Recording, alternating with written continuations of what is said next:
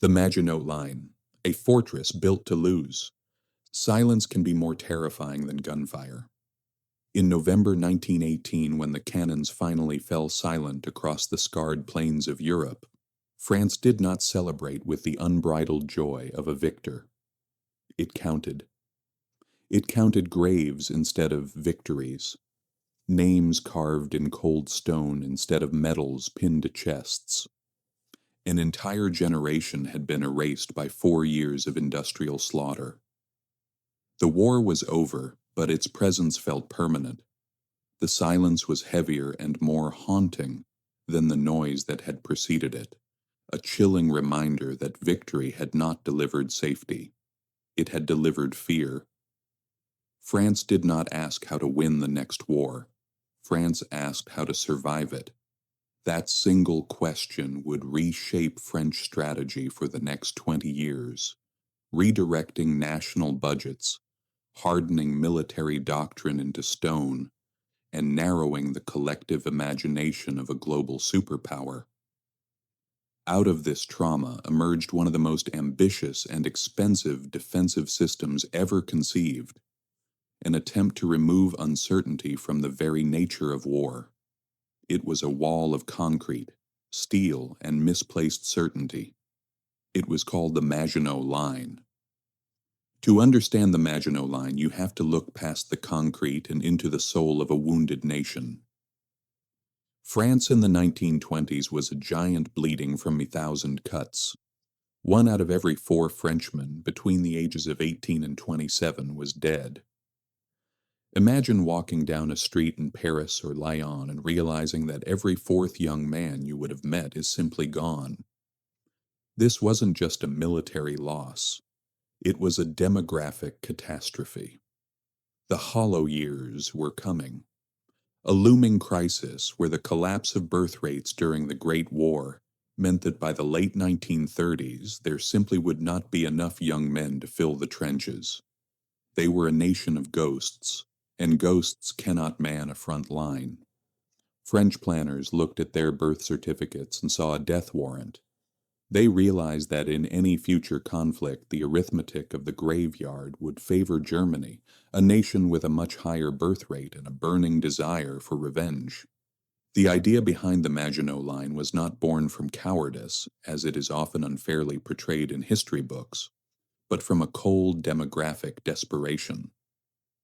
The strategic vision for the nation's survival was heavily influenced by figures like André Maginot, the Minister of War, and Marshal Pétain, the hero of Verdun. These men weren't just politicians, they were traumatized survivors.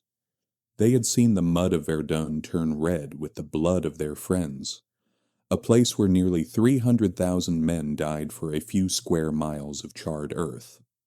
They understood a brutal truth. In the next conflict, France would be outnumbered. Another Verdun, another war of attrition where lives were traded for meters of mud, was not just unthinkable, it was impossible.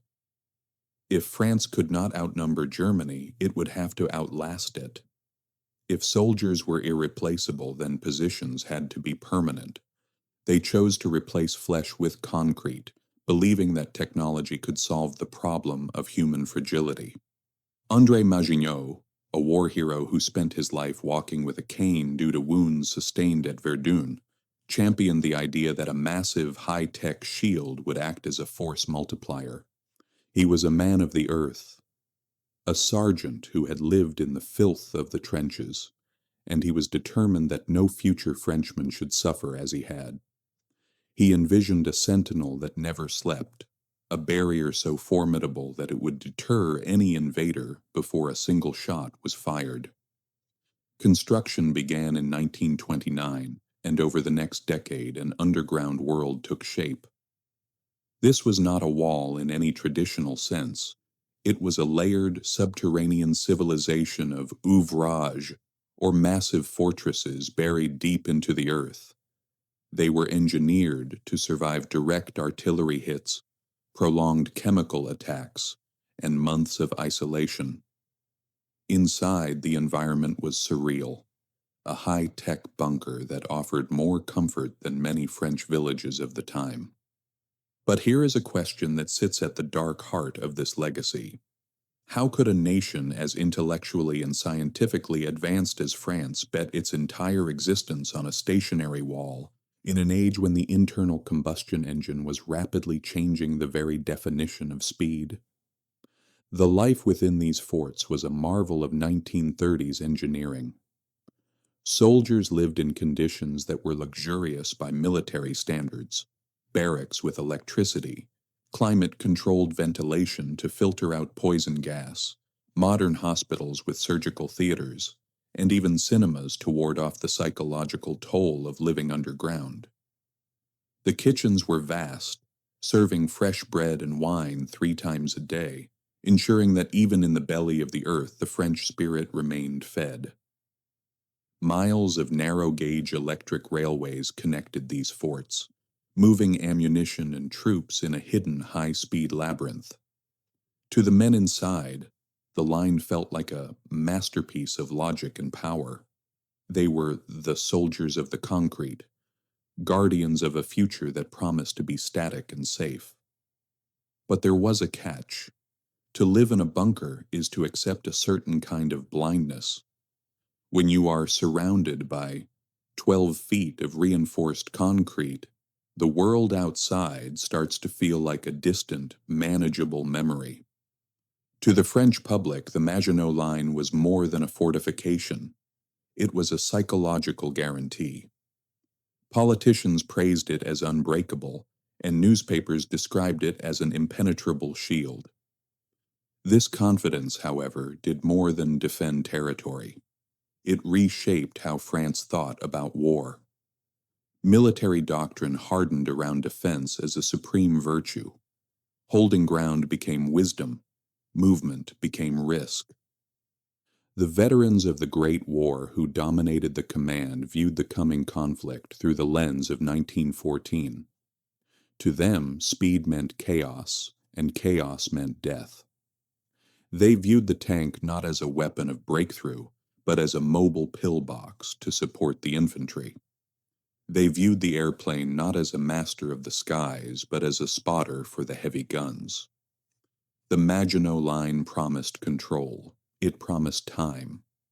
Yet, while the French were perfecting the art of static defense, their enemies were rethinking the nature of violence itself, turning the internal combustion engine into a weapon of psychological terror. Strategically, the line was never meant to cover the entire border. It was designed to anchor a flexible defense, covering the eastern frontier and forcing Germany to move through Belgium, just as they had in the last war. This plan relied entirely on one fatal assumption: that the enemy would behave predictably and follow the rules established 2 decades prior. The line was strongest along the German border, but weakened significantly as it stretched north, stopping abruptly at the Belgian border. This was a deliberate political choice. Belgium was an ally, and fortifying heavily against them would have signaled distrust and abandonment. The French assumed that in the event of war, they would simply advance their best armies into Belgium to meet the Germans on a neutral field. They believed they had funneled the enemy into a trap of their own making. This brings us to a chilling realization. What happens when your greatest strength, your perfect defense, becomes the very prison that blinds you to the movements of your enemy? While France invested in certainty, Germany invested in adaptability. German planners rejected the slow, grinding sieges of the past, focusing instead on coordination, air power, and the shock of mechanized speed, a doctrine that would become known as Blitzkrieg. They didn't just build tanks, they built a system of communication and a decentralized command structure that allowed for lightning-fast decision-making. They understood that in the modern age, information was as lethal as ammunition. The contrast at the top levels of command was even more staggering. While the French commander-in-chief, General Gamelin, sat in a headquarters without a single radio because he feared they were unreliable. The German panzer commanders were leading from the front. These German officers were fueled by a volatile mixture of adrenaline, radical tactical freedom, and pharmaceutical-grade methamphetamine. While one army waited for couriers on motorcycles to deliver paper orders from a distant castle, the other was making decisions in real time, moving at a pace the French High Command simply could not comprehend. In May 1940, the trap was sprung, but not the one France had set. As the elite French and British forces rushed north into Belgium to meet what they thought was the main German attack, 7 panzer divisions surged through the impenetrable Ardennes forest. They did not get stuck. They did not move slowly. They bypassed the billion-dollar fortifications in a matter of days. Reports of armored columns moving through the forest reached French headquarters, but they were dismissed as hallucinations or minor diversions. They didn't fit the model. They didn't obey the logic of the past. The French army, the most powerful in Europe on paper, was suddenly out of time and out of position. The sickle-cut maneuver sliced through the French rear, heading straight for the English Channel, leaving the mighty forts of the East completely isolated. By the time reality was accepted, the window for reaction had closed. But one must wonder, if the fortifications worked exactly as designed by preventing a frontal assault, why do we remember them as a failure?